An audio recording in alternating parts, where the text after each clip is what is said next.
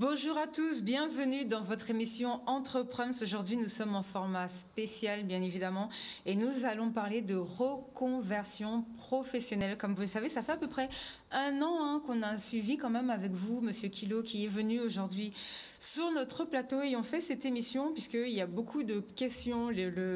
Certains soignants qui ne veulent vraiment pas se faire vacciner se posent beaucoup de questions. Je demande ce qu'ils vont faire et comme vous l'avez entendu lundi, nous avons eu un témoignage et comme d'habitude, lorsque nos entrepreneurs nous posent des questions, nous on travaille, on se met tout de suite, on active le plus rapidement possible le réseau, donc les différents acteurs professionnels, les différentes chambres consulaires en cas de besoin, les différents, que ce soit la région, le département, on essaie vraiment d'avoir le plus d'informations pour vous, les travailleurs, que ce soit même avec les écrivains, on fait des choses, avec les artistes, on a déjà essayé de faire des émissions, enfin, on essaie vraiment de couvrir tout notre tissu économique. Et là, on a mis Transition Pro Guadeloupe sur le dossier, sur le sujet. Et Monsieur Kilo, vous êtes là aujourd'hui. Alors déjà, merci d'être venu. Bonjour, comment vous allez? Bonjour à tous. La situation est la même pour nous que pour le reste de la population. Donc, notre objectif, c'est de continuer quand même à fonctionner et à pouvoir apporter des solutions aux personnes qui souhaitent s'engager dans des démarches de reconversion. Ça, c'est notre objectif de tous les jours. Et dans cette situation particulière, il est quand même bon de rappeler aux personnes que des solutions existent et qu'on ne peut pas faire que subir. Il faut aussi pouvoir s'organiser pour être en situation de faire des choix. Et la reconversion, quand on parle de reconversion, c'est d'abord une question de décision. Et une décision, ça se fait à partir de choix. Et pour que ces choix puissent être faits de la manière la plus efficace possible, il faut disposer d'informations.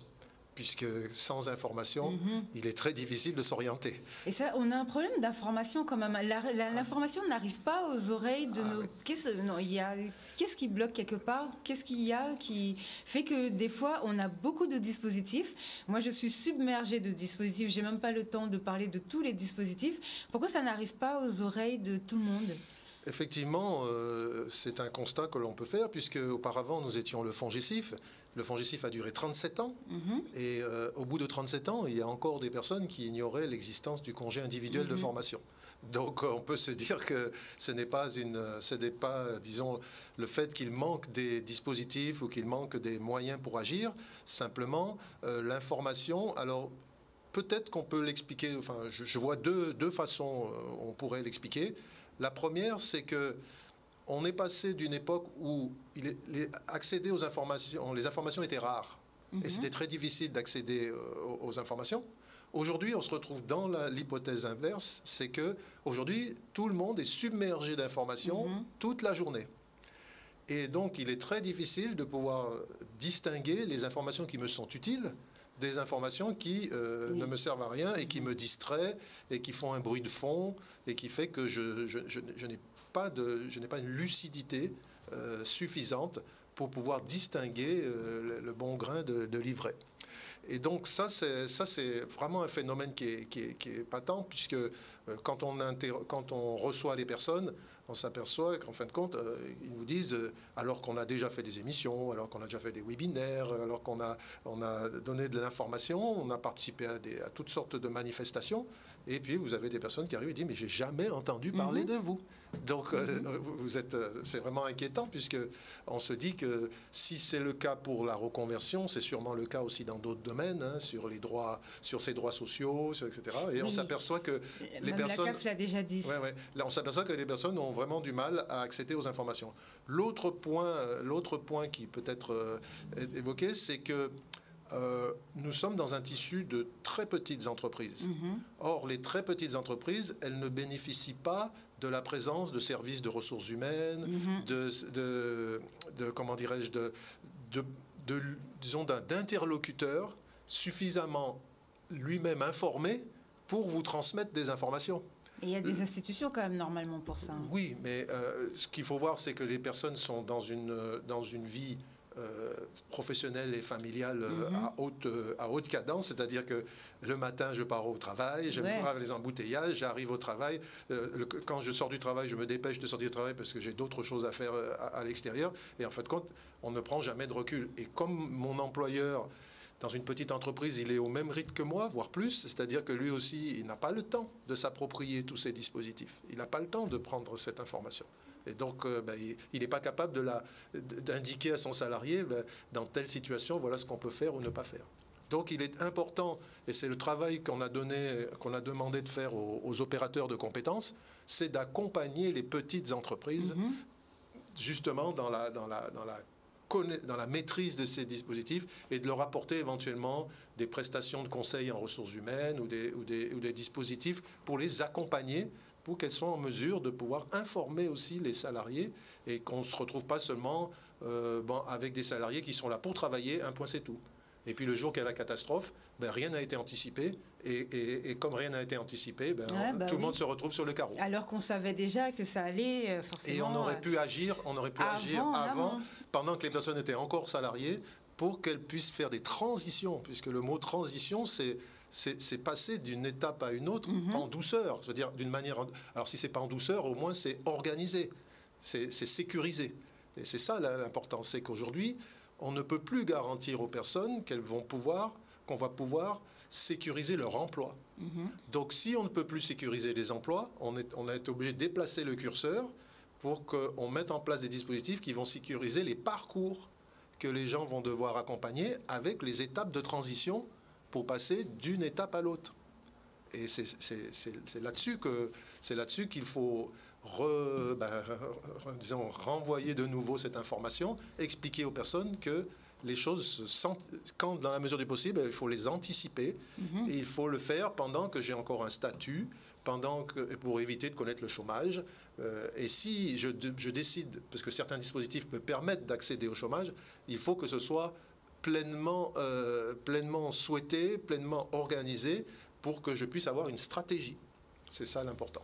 Alors, on va afficher déjà les premières informations parce qu'il y a eu la journée de la reconversion professionnelle. Donc, on en avait parlé. En plus, quand vous m'avez contacté, on est en plein dans les élections. Donc, vous allez nous expliquer, ça va s'afficher, vous allez nous expliquer ce que ça a été, puisque cette année, c'était la première fois que la Guadeloupe participait. Oui. Et si vous pouvez nous faire un point de ce qui a été dit, est-ce que pour vous, ça a bien fonctionné? Est-ce qu'il faut attendre 1 an pour la refaire ou est-ce que dans la situation où on est, c'est pas quelque chose qu'il faudrait peut-être nous prendre en main et renouveler peut-être plus régulièrement? Comment ça s'est passé? Alors, pour répondre déjà à cette question, comment ça s'est passé de nos espérances, parce qu'en fin de compte, c'est quelque chose qui a été connu assez tardivement. Et en fin de compte, se sont fédérés un nombre de partenaires inespérés, puisque, je ne vais pas en dresser la liste, mais il y avait énormément de partenaires, que ce soit des opérateurs de compétences, des organismes de formation, de transition pro. Pôle emploi. CI France, oui, il y a une liste de participants qui est assez... Non, et donc il y a eu... chaque participant a organisé ses propres activités, mais tout ça a été mis dans un programme qui a été partagé en commun.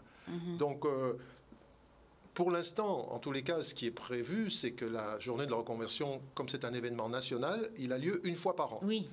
Donc maintenant... Effectivement, il peut se poser la question de savoir est-ce que au niveau de la Guadeloupe, on peut s'organiser ça entre nous. Il est peut-être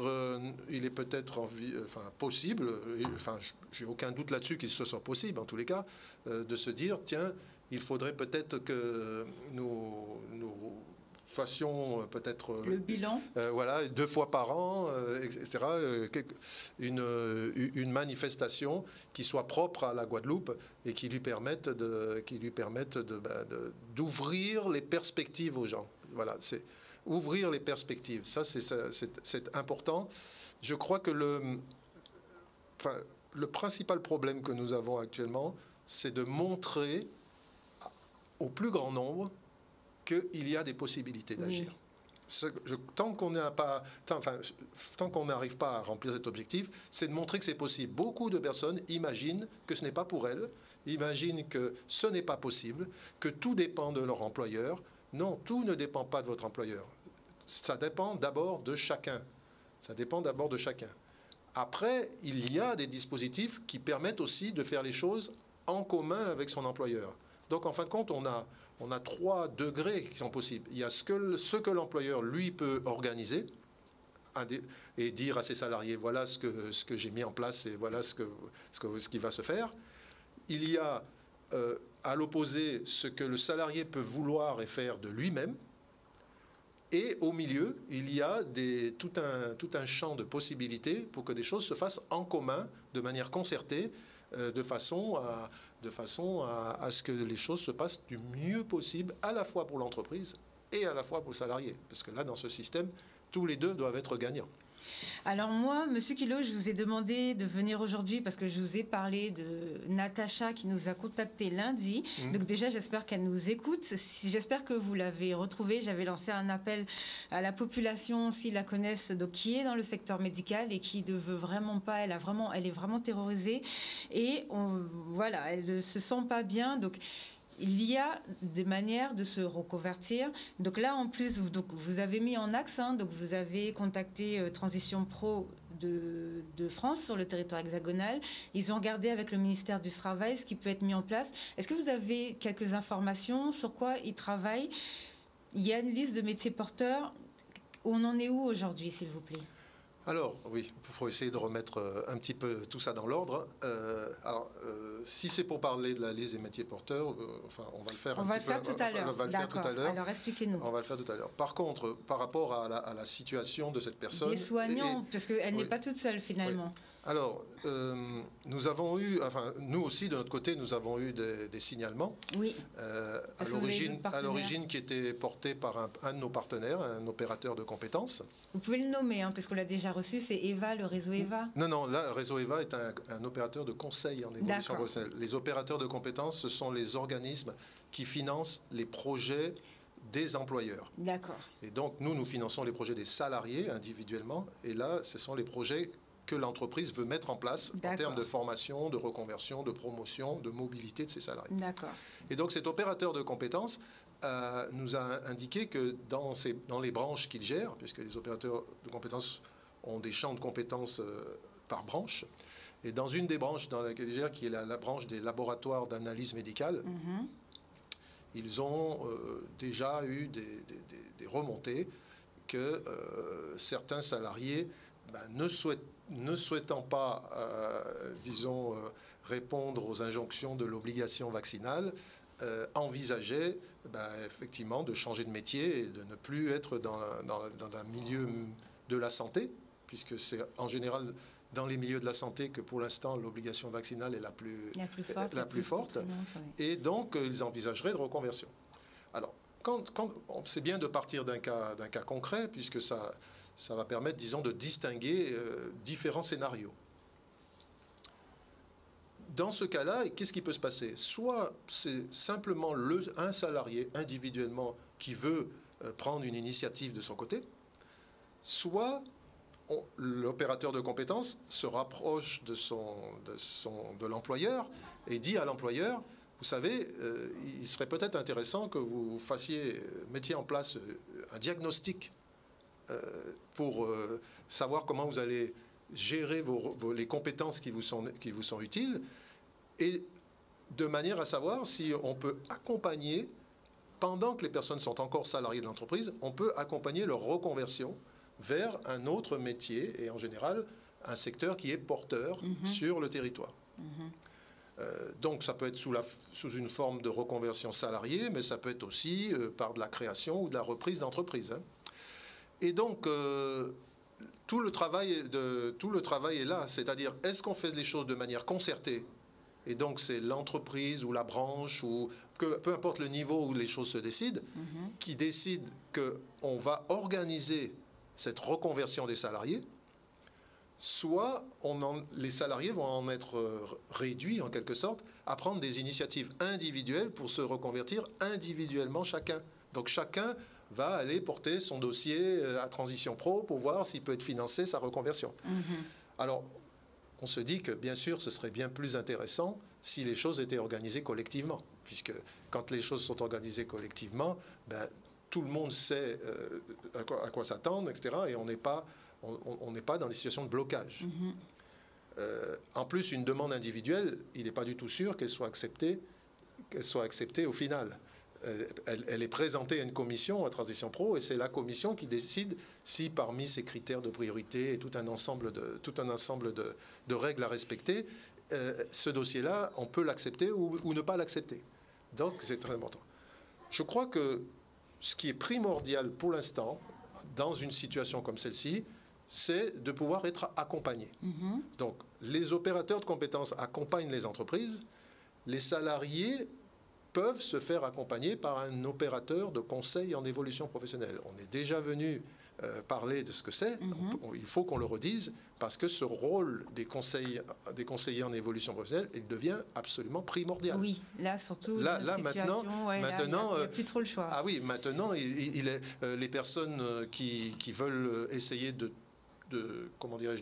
dénouer elles-mêmes la situation, alors qu'elles ont des opérateurs qui sont gratuits, qui sont financés par l'État, pour pouvoir les accompagner, les conseiller, les aider à repérer les dispositifs qui sont les plus adaptés à leur situation, repérer les financeurs, et également les métiers vers lesquels elles peuvent s'orienter en priorité, en fonction de leur profil, de leurs compétences, etc. Donc, il serait quand même dommage que un grand nombre ignore encore l'existence même de ces opérateurs. Et en plus, comme je le répète, c'est gratuit. L'État l'a inclus, ça fait partie de nos droits. Nous avons des droits à la formation, mais maintenant aussi, nous avons des droits à l'orientation. Parce que personne ne connaît véritablement l'avenir. Et encore moins ces jours-ci. Donc, les choix que l'on doit faire, c'est avec les informations que l'on a maintenant, mais aussi des informations que les spécialistes ont peut-être un petit peu avant les autres et qui font qu'ils sont en capacité d'indiquer des voies et de voir si la personne, elle peut s'engager dans cette voie-là ou pas. Alors, la reconversion, ça doit être organisé. Il y a des étapes à respecter. Il faut d'abord être en capacité de faire son bilan. Et donc, c'est là que le rôle du conseiller en évolution professionnelle est important. C'est qu'avec son aide, avec son accompagnement, je vais pouvoir faire le bilan de ma situation. Je vais faire ce qu'on appelle une analyse partagée de la situation qui va nous permettre de décider sur quel levier on va agir. Ça, c'est important. Donc, alors, parce que sinon, on risque d'agir uniquement sur des fausses informations ou des informations qu'on a mal comprises ou comment dirais-je, des sortes de certitudes. Beaucoup de personnes s'accrochent à quelques certitudes. Mais ces certitudes ne sont absolument pas certaines, justement. C'est ça le problème.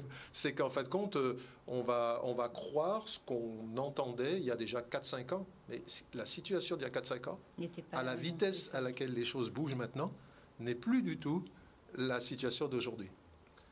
Donc, le domaine de la santé est normalement un secteur qui est porteur en Guadeloupe, puisqu'on a des besoins en santé, on a des besoins de médico-social, on a besoin des services à la personne. On a besoin. Normalement, ce sont des secteurs qui sont porteurs. Simplement, ce sont les secteurs où l'obligation vaccinale, elle va être la plus réclamée. Donc, maintenant, se pose le problème pour les personnes qui ne veulent pas rentrer dans ces schémas d'obligation et donc vont devoir passer par d'autres chemins. Alors, comment peut-on faire? Est-ce qu'on peut peut-être l'indiquer succinctement? On a deux possibilités individuelles et une possibilité collective. Collective, allez-y. Les deux possibilités individuelles, c'est soit je reste salarié de mon entreprise et je demande un congé pour me permettre de réaliser une transition professionnelle. Donc ça, c'est un droit qui existe depuis une quarantaine d'années maintenant, qui s'appelait le congé individuel avant, qui s'appelle aujourd'hui le projet de transition professionnelle. Là, je me mets en congé de l'entreprise. le temps de réaliser la formation qui est nécessaire pour la réalisation de mon projet de reconversion. Donc, pour cela, il y a des dossiers à constituer, des financements à réclamer pour me permettre de garder ma rémunération et de financer mon projet de formation pendant cette période-là. Il y a d'autres personnes qui privilégient une solution beaucoup plus, comment dirais-je, disons où il n'y a pas de ticket de retour, je dirais, c'est la démission. C'est-à-dire que habituellement, lorsque l'on démissionne, on ne peut pas prétendre à des allocations de chômage. Par contre, les personnes qui sont en CDI depuis au moins 5 ans, donc au cours des 5 dernières années, elles ont toujours été en CDI au cours des 5 dernières années. Ces personnes peuvent, en s'inscrivant dans une démarche obligatoire, elles peuvent démissionner et bénéficier d'allocations de chômage pour leur permettre soit de se reconvertir, soit de créer ou de reprendre une entreprise. Donc, déjà, on voit que même si je ne veux absolument plus rester dans mon emploi, je ne veux même plus avoir de lien avec mon entreprise, etc., il existe, pour ceux qui remplissent les conditions d'éligibilité, une solution qui me permet de démissionner et de bénéficier d'allocations de chômage pour réaliser mon projet. Donc, s'il le faut, on rentrera dans les détails, mais j'essaye déjà d'expliquer les chemins qui sont accessibles. Et puis, à côté de cela, il y a des solutions collectives. C'est-à-dire qu'il y a un dispositif qui est né cette année, en 2021, et qui a d'ailleurs été l'occasion de créer cette liste des métiers porteurs. Donc, on va pouvoir faire le lien avec la liste des métiers porteurs. C'est que transition collective, c'est une autre démarche, mais complètement différente. Là, il ne s'agit plus d'une initiative du salarié, mais il s'agit d'un volontariat du salarié. C'est-à-dire que, dans un premier temps, l'entreprise va poser un diagnostic sur ses besoins en compétences et donc va identifier les emplois qui sont menacés dans son entreprise. Donc on voit qu'à l'origine, le dispositif était fait pour que les entreprises, tenant compte des mutations, tenant compte des évolutions, tenant compte des crises, etc., s'aperçoivent qu'elles doivent changer d'organisation, elles doivent changer de modèle. Et donc, il y a des emplois qui peuvent être menacés de disparition dans l'entreprise ou fragilisés. Et donc, une fois qu'on a établi cette liste, on fait signer un accord aux représentants du personnel ou aux salariés eux-mêmes si l'entreprise est de petite taille. Et en signant cet accord, tout le monde est au courant de la liste des emplois qui sont menacés dans l'entreprise. D'accord. Et donc, ceux qui sont volontaires pour se reconvertir vers un autre métier porteur ou un secteur porteur vont pouvoir bénéficier de financements particuliers qui sont pris en charge à 100% par l'État, qui vont leur permettre, pendant qu'ils sont encore salariés, donc avec leur rémunération et un financement du coût de la formation, vont leur permettre de se reconvertir pour ensuite pouvoir quitter l'entreprise dans les meilleures conditions possibles, puisqu'elles vont pouvoir, elles auront les qualifications, elles auront les compétences qui sont réclamées par des secteurs qui sont plutôt recruteurs sur le territoire. Donc on voit quand même que les partenaires sociaux et l'État négocient depuis plusieurs années pour augmenter le nombre de dispositifs qui permettent d'avoir un maximum de souplesse et offrir la capacité d'adaptation aux salariés. Parce que c'est ça qui pose problème. C'est comment on dit aux gens il faut évoluer, mais il faut leur proposer les moyens de le faire. Si vous leur dites il faut évoluer et débrouillez-vous pour évoluer tout seul, alors, et le contexte est sans arrêt en train de les comprimer et de les étouffer, non, il faut au contraire leur apporter de l'oxygène, il faut leur apporter des moyens pour y arriver, qu'ils soient financiers, qu'ils soient juridiques, qu'ils soient même sociaux. Oui. Qu'ils soient même sociaux. Donc à tous les niveaux, il faut un accompagnement. Et ce qui serait dommage, c'est que les personnes ne profitent pas des conseillers en évolution professionnelle notamment, pour justement s'informer, comprendre, de s'adresser aussi à Transition Pro pour qu'on leur indique, voilà, vous pouvez partir sur tel dispositif ou sur tel dispositif. Et ça, il faut le voir, il faut travailler votre projet avec votre conseiller en évolution professionnelle. Je pense que je vais le répéter assez souvent. Allez-y, avec mais il faut que l'on maintenant que les personnes disons, sortent de leur solitude, sortent de la solitude, l'isolement. Ils sont même pas seuls. Hein. L'isolement. Et en même temps, dans transition collective, on permet aussi aux employeurs de sortir de leur isolement. Parce que les employeurs, ils sont submergés par ce qui leur arrive là. Oui. Ils ont eu la crise du Covid. Alors, ils avaient déjà une situation économique complexe. L'autre jour, les gilets jaunes. Ensuite, ils ont connu une période liée à la crise sanitaire. Aujourd'hui, ça débouche sur une crise sociale. Et en fin de compte, à chaque fois, ils doivent faire preuve d'ingéniosité. Hein. Je regardais au journal, aujourd'hui, les gens maintenant utilisent les bateaux pour s'approvisionner. Hein. C'est la reconversion. J'entends depuis des lustres qu'on pourrait utiliser la voie maritime en Guadeloupe pour transporter soit des marchandises, soit des personnes d'un point à un autre, comme ça se fait par exemple en Martinique entre les trois îlets. Ils ont sorti un bus de mer, ça à Jarry, donc mais ça n'a développer ce secteur aussi. Pour l'instant, ça a encore du mal à prendre parce que ça bouleverse les habitudes. Là, je pense que les gens vont commencer à... Mais aujourd'hui, les transports en commun et les alternatives, les solutions alternatives de transport font aussi partie de ça, puisque quand vous cherchez un emploi, quand vous voulez vous reconvertir, un des facteurs, c'est quelle contrainte de transport je vais avoir en changeant de métier. Si je trouve un emploi dans ma proximité géographique, mais que je gagne un petit peu moins d'argent, est-ce que ça vaut le coup? Ou plutôt de gagner un petit peu plus d'argent, mais d'aller plus loin et d'avoir 1 heure et demie d'embouteillage le matin et 1 heure et demie le soir. Sans compter les aléas, c'est-à-dire ça c'est en situation normale. Mais si le jour où il y a une voiture qui tombe en panne, il y a un accident, etc., je vais mettre 3 heures pour rentrer chez moi. Donc, il faut aussi se dire, est-ce qu'on fait circuler les gens à travers toute la Guadeloupe sans arrêt pour aller travailler, ou est-ce qu'on arrive aussi à ce que l'emploi soit plus proche? Est-ce qu'on met du télétravail en place? Est-ce qu'on met en place du télétravail pour que tout le monde ne roule pas tous les jours sur la route, etc. Donc on voit que se reconvertir, c'est pas seulement changer de métier, c'est aussi changer ma manière de voir l'articulation entre ma vie personnelle et ma vie professionnelle. Parce que il faut aussi peut-être que je change les manières de voir le travail et avoir une plus grande souplesse dans tout ça. Donc c'est pas un petit chantier. C'est beaucoup de bouleversements. Donc vous pouvez pas tout espérer que tout le monde soit capable de faire ça tout seul. C'est comme si on disait à tout le monde, construisez votre maison. Il y en a qui seraient capables de le faire, et il y en a d'autres qui ne seraient pas capables de le faire. Donc il faut accompagner ceux qui ne sont pas capables de le faire. C'est ça qui est important. Exactement. Alors, allez-y, expliquez-nous. Oui, alors cette fameuse liste des métiers porteurs. Exactement. Alors, cette fameuse liste des métiers porteurs.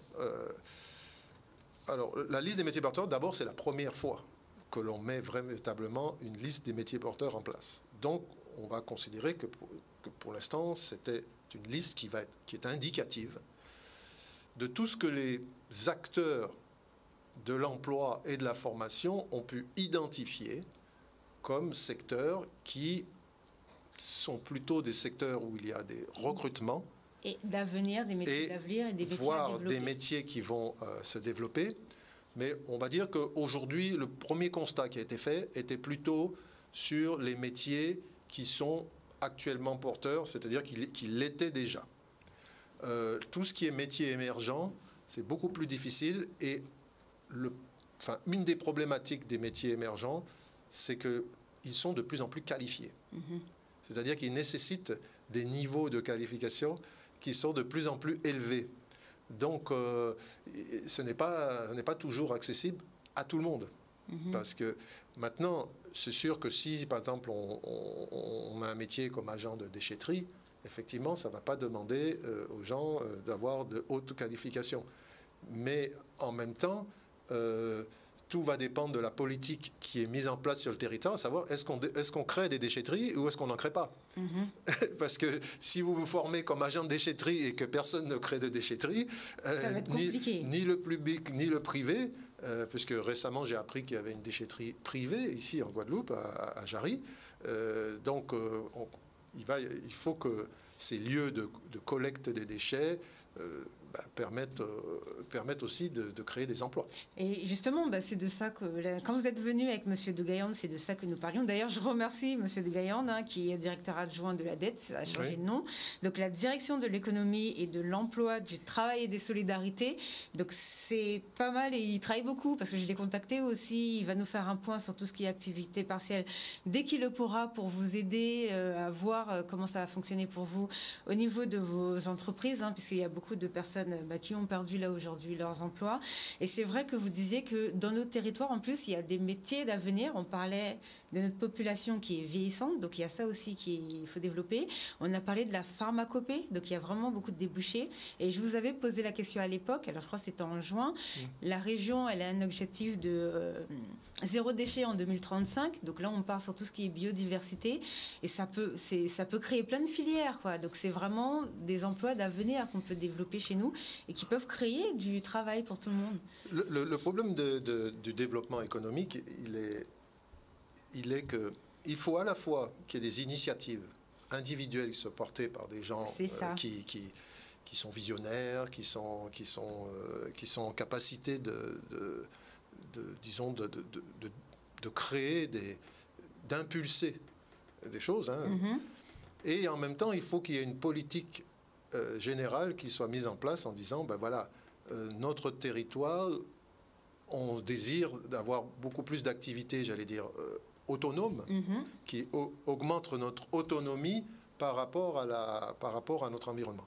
Aujourd'hui, les métiers qui sont porteurs, dans les métiers qui sont porteurs, on retrouve des métiers variés, même traditionnels, parce que les métiers traditionnels ne vont pas disparaître. Simplement, ils sont en train d'être évolués.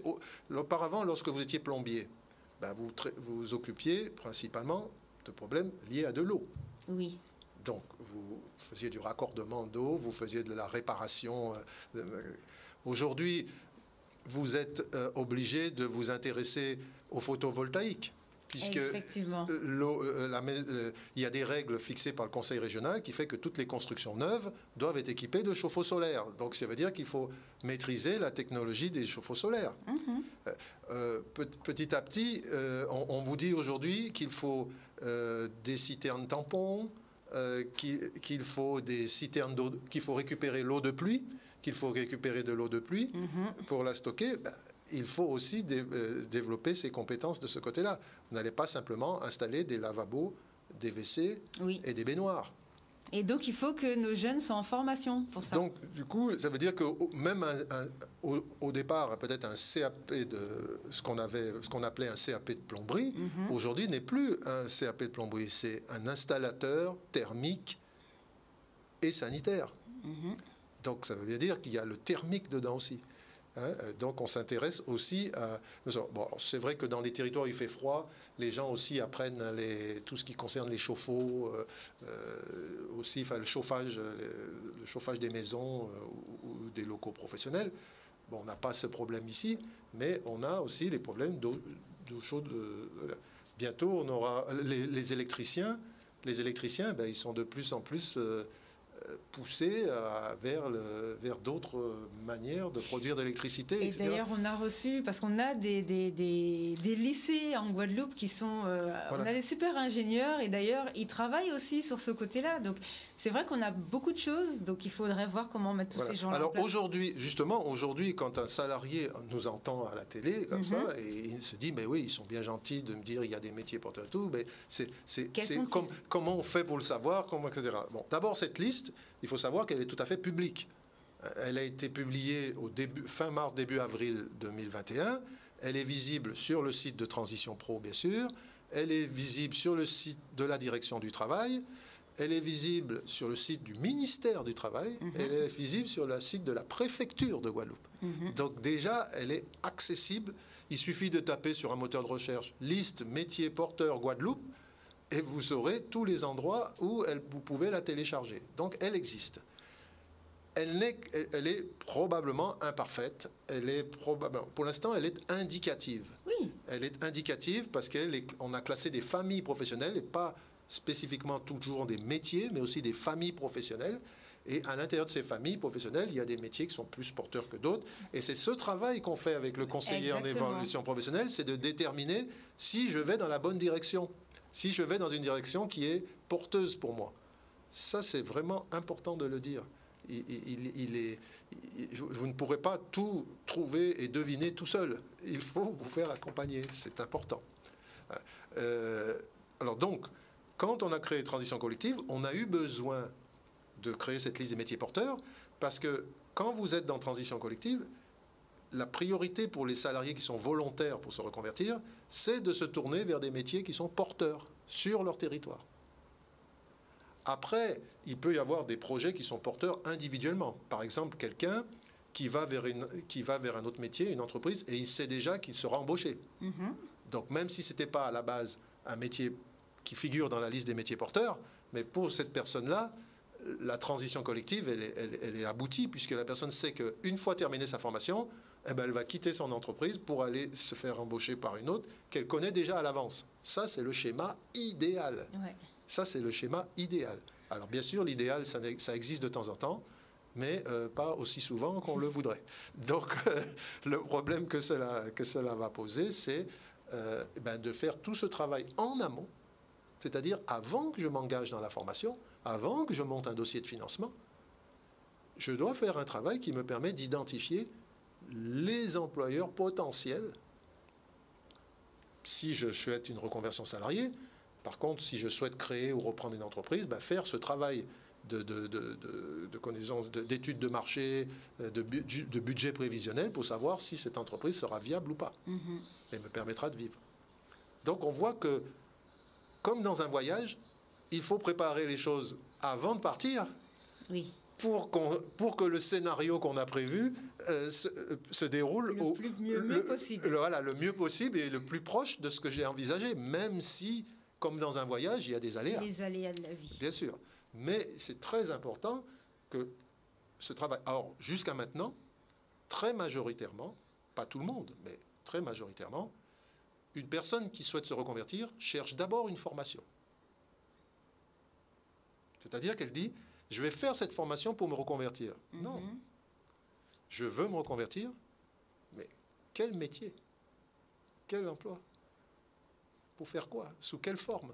Est-ce que je vais être indépendant? Est-ce que je vais être salarié? Est-ce que je vais être fonctionnaire? Est-ce que je vais être dans le privé? Qu'est-ce que je veux faire? Pour arriver là, est-ce que j'ai besoin d'une formation? Ça aussi, il faut que je puisse évaluer mes compétences, mes connaissances, pour savoir s'il y a un écart entre ce que je connais, ce que j'ai déjà, et ce qui est attendu. S'il y a cet écart, la formation se justifie. S'il n'y a pas d'écart, je vais faire formation pour faire formation. Je vais faire formation pour avoir un diplôme. Si c'est ça, je peux travailler et au bout de quelques années, je peux valider mes acquis et je l'aurai le diplôme. Si c'est pour avoir des diplômes, il y a différents moyens de les avoir. C'est pas nécessairement que je doive toujours m'inscrire dans le schéma, me former d'abord et me reconvertir. Donc la reconversion peut nécessiter formation. On va dire c'est majoritairement le cas, mais ce n'est pas une obligation. Et pour créer une entreprise, je peux très bien créer une entreprise dans le domaine où j'étais déjà salarié. Donc là, j'ai déjà les connaissances, j'ai déjà ce qu'il faut, etc. Donc voilà, aujourd'hui, ce qu'on essaye de montrer, c'est qu'il y existe des possibilités. Pour revenir à l'exemple de la personne, alors je ne sais pas si elle travaille dans le public ou dans le privé. Alors elle a dit qu'elle était infirmière. Mais on ne sait pas si elle est dans le public ou dans le privé. On peut prendre les deux exemples parce qu'il y a deux parcours. Alors, dans le privé, c'est tout ce qu'on a expliqué jusqu'à maintenant qui est possible de faire puisque les dispositifs que gère Transition Pro concernent les salariés du secteur privé. Pour le secteur public, là, on est dans une logique totalement différente. C'est que les droits sont généralement gérés par l'administration elle-même. Donc, il faut bien sûr faire les choses de concert avec son employeur. Alors, dans la fonction publique hospitalière, ils disposent néanmoins d'un organisme qui s'appelle l'ANFH, Association nationale de la formation hospitalière, qui permet, disons, de bénéficier de conseillers, et un petit peu à l'exemple de ce qui se fait dans le privé, où on peut trouver des personnes qui peuvent me conseiller sur la mobilisation des dispositifs, quel dispositif choisir en fonction de ma situation, en fonction de mes souhaits, hein, de mes attentes et de mes besoins. Donc, dans la fonction publique hospitalière, il pourra y avoir, je pense, les personnes pourront s'appuyer sur un concours ANFH.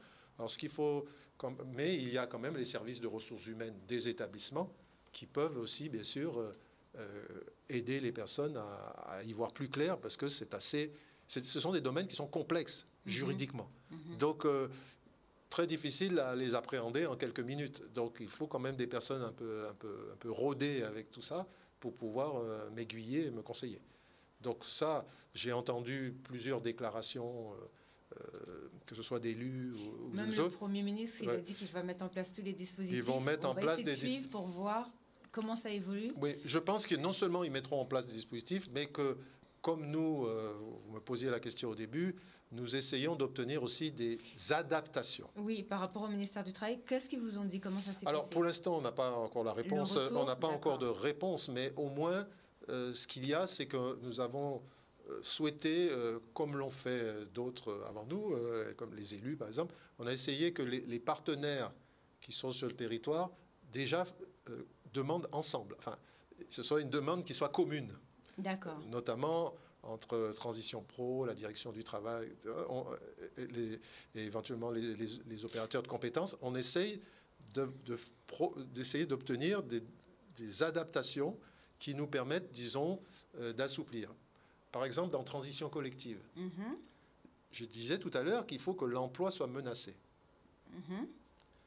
Donc par l'environnement, par l'évolution des règles, etc. Maintenant, quelqu'un qui ne veut pas se vacciner parce qu'il travaille dans un secteur où il y a l'obligation vaccinale, ce n'est pas l'emploi qui est menacé, c'est la personne qui ne souhaite plus travailler. Donc théoriquement, ça pose un problème, on va dire, juridique seulement, c'est savoir d'apprécier si l'emploi est menacé. Mais quelque part, cet emploi est menacé, pourquoi? Parce que pour que quelqu'un vienne prendre la place éventuellement de cette personne, il va falloir que c'est quelqu'un qui accepte l'obligation vaccinale. OK. Donc ça veut dire que les employeurs risquent d'avoir des problèmes de recrutement pour trouver, par exemple, dans les labos, des techniciens, parce que quand vous êtes technicien d'analyse médicale, vous êtes qualifié. Oui. On ne peut pas prendre n'importe qui pour aller faire de l'analyse. Et les notes sont bons, on les a reçus quand on a fait le suivi avec les médecins. Donc oui, on en a besoin. Ouais. Donc, ce sont des formations techniques, avec un savoir scientifique à un certain niveau. Donc, les laboratoires d'analyse peuvent se retrouver avec des difficultés pour trouver du personnel qui acceptent de travailler dans les labos. Donc, on voit que, en fin de compte, ces problématiques-là engendrent des problématiques plus collectives, qui fait que, est-ce qu'on va trouver en Guadeloupe suffisamment de personnes qualifiées pour éventuellement remplacer les gens qui ne veulent plus travailler dans ce domaine du fait de l'obligation vaccinale?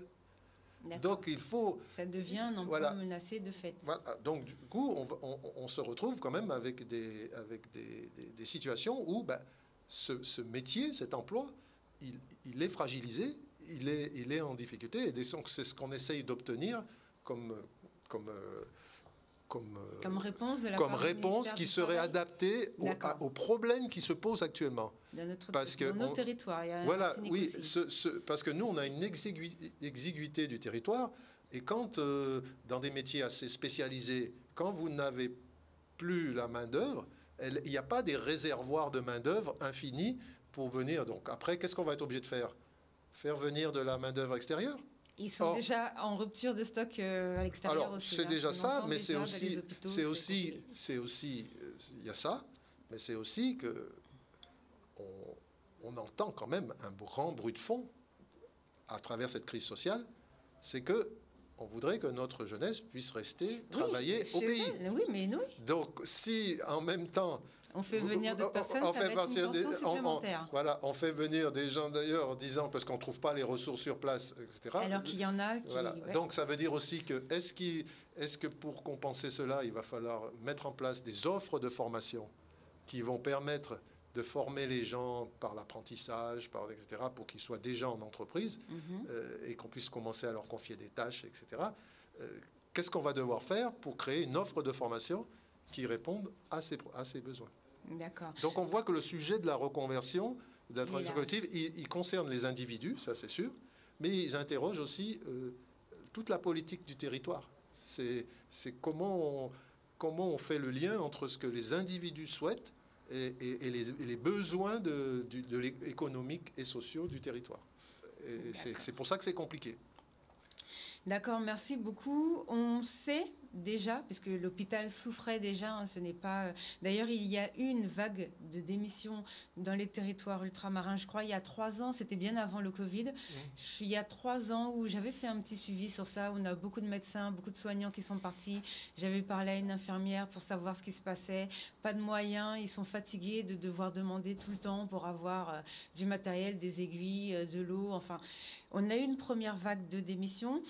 Est-ce que vous savez, du coup, si là, le personnel soignant, par rapport au fait qu'il y avait déjà eu des démissions, comme vous dites, c'est un métier qui est menacé, alors soit s'il peut se reconvertir, par exemple, dans la formation, ça veut dire, eux, devenir, parce que comme je vous disais, notre population est vieillissante, donc il va falloir s'occuper des personnes âgées. Ils ne peuvent pas être proches des personnes âgées parce qu'il y a l'obligation vaccinale. Par contre, on a une jeunesse qui veut, elle, s'occuper des personnes âgées. Donc est-ce que nos soignants, par exemple, peuvent se reconvertir dans la formation pour soigner cette jeunesse ou bien dans l'accompagnement des personnes âgées? Vraiment, est-ce qu'il y a vraiment plusieurs secteurs dans lesquels, parce qu'on n'a pas... Bon, on n'a pas trop les chiffres, hein, parce qu'on a entendu le directeur... nous parler de 400, un peu moins de 500 personnes. On a entendu le ministère parler de 1200 personnes. On ne sait pas trop. Moi, je vous avoue que je n'ai pas les chiffres. On va essayer de poser, nous, la question. Mais au niveau de la reconversion, il y a un panel de métiers sur lesquels ces personnes peuvent se reconvertir si on arrive à négocier quelque chose avec le ministère du Travail pour faire une prise en charge collective, non? Alors, disons que la reconversion, elle pose quand même plusieurs problèmes. C'est-à-dire que lorsque vous êtes, par exemple, dans un emploi d'infirmier à l'hôpital, vous avez un statut, vous avez un revenu d'un certain niveau. Oui. Lorsque vous dirigez vers les métiers des services à la personne, toutes les études l'ont déjà démontré, que ces secteurs, on sait que les besoins vont être particulièrement importants, et en même temps, ce ne sont pas des secteurs qui sont attractifs, tant en termes de statut, tant en termes de conditions de travail, tant en termes de rémunération. Donc, si ces métiers-là ne sont pas revalorisés, vous aurez du mal à attirer des personnes qui vont travailler, entre guillemets, pour la gloire, juste pour le plaisir de rendre service à des personnes âgées. Il ne faudra pas y compter dessus. Donc, le problème, c'est la valorisation. J'ai vu une fois un documentaire assez étonnant au Québec, où en fait, depuis plusieurs années, le Québec s'est lancé dans il modifie les grilles de rémunération en fonction de l'utilité sociale du métier. Ça, c'est une bonne chose, oui. Donc, on en est encore loin. Oui. Puisque nous, en fin de compte, on va dire que pratiquement les métiers d'utilité sociale sont moins bien payés, en général, offrent des conditions de travail. Par exemple, vous prenez une auxiliaire de vie à domicile. Dans beaucoup de cas, elle ne sait pas combien d'argent elle va gagner à la fin du mois. Oui. Puisqu'elle ne sait pas combien d'heures elle va faire. Et elle est payée à l'heure. Donc, il suffit qu'un de ses patients décède. Il suffit qu'un de ses patients rentre à l'hôpital. Elle n'ira plus faire des heures chez cette personne. Donc, ça veut dire qu'à la fin du mois, elle risque d'avoir moins d'heures. Quand l'association est suffisamment structurée, elle peut assurer un certain nombre d'heures. Mais peut-être aussi que ça va obliger cette personne à aller travailler plus loin. Donc, est-ce qu'elle a des frais d'essence, des frais de voiture, des frais de déplacement, etc., qui sont suffisamment bien couverts pour faire que elle fasse plus de kilomètres, etc. Donc, ça existe dans certaines associations, dans certaines structures. Je ne suis pas obligé des associations, hein, ça peut être des entreprises aussi qui font du service à la personne. Ça existe, mais on voit bien que c'est quand même compliqué parce que qui finance ces services ? Il faut savoir si c'est l'utilisateur, le client qui finance ces services, alors faut-il qu'il en ait les moyens ? Ou est-ce que c'est la collectivité qui finance en partie ces services en laissant à charge pour l'individu une somme qu'il est en capacité de payer. Vous en avez déjà parlé de ça avec le département, comme vous êtes en train de travailler avec puisque c'est eux qui sont en charge de tout ce qui est... Oui, alors sur la question du grand âge, on n'a pas encore, nous, participé à, disons, des groupes de travail. Oui, mais c'est une nouvelle équipe en plus. J'espère que là, ça ira. Nous aussi. Nous sommes Transition Pro depuis le 1er janvier 2020. Oui, et en plus, on a démarré l'année du Covid. Donc, c'est vrai que ce chantier-là, spécifiquement, il est, je crois, déjà, il est, à ma connaissance, déjà abordé par un certain nombre de partenaires, hein, que ce soit l'ARS, le département, la caisse de sécurité sociale, etc. Je pense que vraiment ces organismes ont déjà, parce qu'en plus, on a les chiffres. Si vous allez à l'INSEE, vous voyez, tous les chiffres sont donnés sur les besoins, sur le nombre de personnes qui C'est pour ça qu'on en parle, nous aussi. Si le nombre de personnes qui auront 60 ans et plus en 2030, ils vous donnent les besoins. Rien n'est caché, comme je dis. Oui, les informations. Enfin, la situation, elle est connue. La situation, elle est connue. Donc, voilà. Donc, la reconversion, c'est effectivement pour des personnes qui sont soignantes. Il faut imaginer aussi que des personnes qui sont soignantes n'ont plus envie d'être dans le secteur, dans les métiers du soin. Oui, parce qu'il y en a qui voulaient déjà partir avant, comme la première vague de Vous avez des enseignants qui ne souhaitent plus... Pour revenir sur la question des formateurs, on a souvent quelqu'un qui a de la compétence, de l'expérience, etc. Ça fait partie, disons, des scénarios assez souvent envisagés qu'une personne dise je vais devenir formateur. D'abord, pour être formateur, il faut avoir les qualités d'un formateur, les qualités humaines. Parce que ce n'est pas le maître d'école comme dans les années 50. Hein. C'est pas je sais, vous ignorez tout. Aujourd'hui, un formateur, il est dans la formation action, il est dans la maîtrise des outils technologiques pour proposer différentes manières d'apprendre. Il est dans des modalités à distance, dans des modalités en présentiel, etc. Et donc, il doit manier des outils. Et il est plus il propose des situations d'apprentissage qui permettent aux gens d'apprendre. Parce que, je sais pas, je crois que je l'avais dit une fois dans une émission, on n'apprend rien à personne. Ouais. C'est les personnes qui apprennent. Donc, il faut leur proposer des situations qui leur permettent de s'approprier les connaissances. Et c'est ça le rôle du formateur. C'est pas de dire moi je sais, je vous transmets des informations et vous les enregistrez, vous les comprenez et tout va bien. Ça aurait été génial si c'était ça. Ça aurait été facile de faire de la formation. Mais être formateur, c'est un métier que tout le monde ne peut pas faire. Oui, vous pouvez être un bon technicien, et pas un bon formateur, dans le sens où vous n'avez pas les qualités pédagogiques pour transmettre cela. Donc, c'est une possibilité à ceux qui ont le goût pour ça, à ceux qui ont l'appétence et puis l'empathie vers les gens, pour être patient avec eux, pour être bienveillant, pour proposer différentes manières pour que tout le monde puisse, puisque tout le monde n'apprend pas de la même façon. Et ça, il faut pouvoir individualiser. Et ça, aujourd'hui, on rentre vraiment dans la notion d'individualisation avec les personnes, que ce soit pour les dispositifs de financement, mais aussi pour les modalités pédagogiques qu'on utilise dans une formation. Donc, ça devient très compliqué d'être formateur, et c'est un métier que, à mon avis, qui n'est pas accessible à tout technicien. Bon, en tout cas, nous, on va... merci pour toutes ces informations. Nous, on va suivre vraiment tout ça, tout ce que vous faites. N'hésitez pas à me tenir au courant dès qu'il y a une évolution, comme ça vous nous en parlez.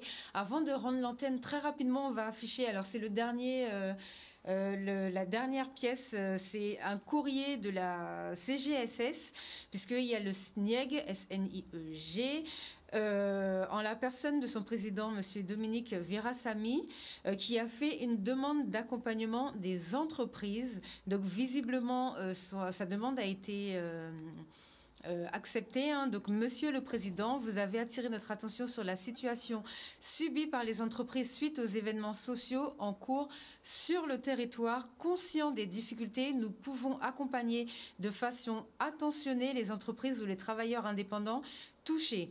Chaque situation fera l'objet d'une analyse adaptée à son contexte. La mise en place d'un numéro dédié n'est pas retenue à ce stade, car nos collaborateurs sont en télétravail et les conditions techniques ne sont pas réunies pour offrir ce service. Ainsi, je vous propose de mobiliser une messagerie dédiée et d'inviter vos adhérents à vous saisir par ce biais à l'adresse suivante. Donc, urgence entreprise au pluriel, urgence au pluriel, entreprise, cgss.guadeloupe@ursaf.fr. On vous le mettra de toute façon. Moi, je vous le mettrai sur les posts des réseaux sociaux. Je mets toujours les adresses. Donc, #entreprendre, vous allez tomber dessus. Et en portant l'objet manifestation de novembre. À réception, les équipes prendront contact avec eux afin d'identifier les solutions les plus adaptées au regard des obligations sociales. Donc, pour les entreprises, dans le cadre de cet accompagnement, nous pouvons également nous saisir d'une liste d'entreprises concernées. Donc, ce sont pour les entreprises qui sont en souffrance et qui ont besoin là d'avoir pas un moratoire au-delà du moratoire. Elles ont besoin de voir directement avec la sécurité sociale pour le paiement de leurs charges qu'elles ne pourront pas assumer avec tout ce qui se passe sur nos territoire. Merci beaucoup de nous avoir suivis. Encore merci, Monsieur Kilo. Oui. Simplement, on pourrait rappeler le numéro de téléphone de Transition Pro, c'est le 05 90 32 10 33. Alors, c'est vrai qu'actuellement, nous sommes tous en télétravail. Donc, à ce moment-là, je vous invite à utiliser l'adresse mail qui figure sur notre site Internet et qui s'appelle transitionpro-guadeloupe.fr. D'accord, merci beaucoup. Nous, on va suivre, comme d'habitude. De toute façon, on vous suit souvent depuis cette histoire, mais on va vous suivre encore plus pour voir ce qu'il en ressort. Merci beaucoup et restez sur Canal 10 pour être au courant de l'actualité. Peut-être à tout à l'heure. Merci.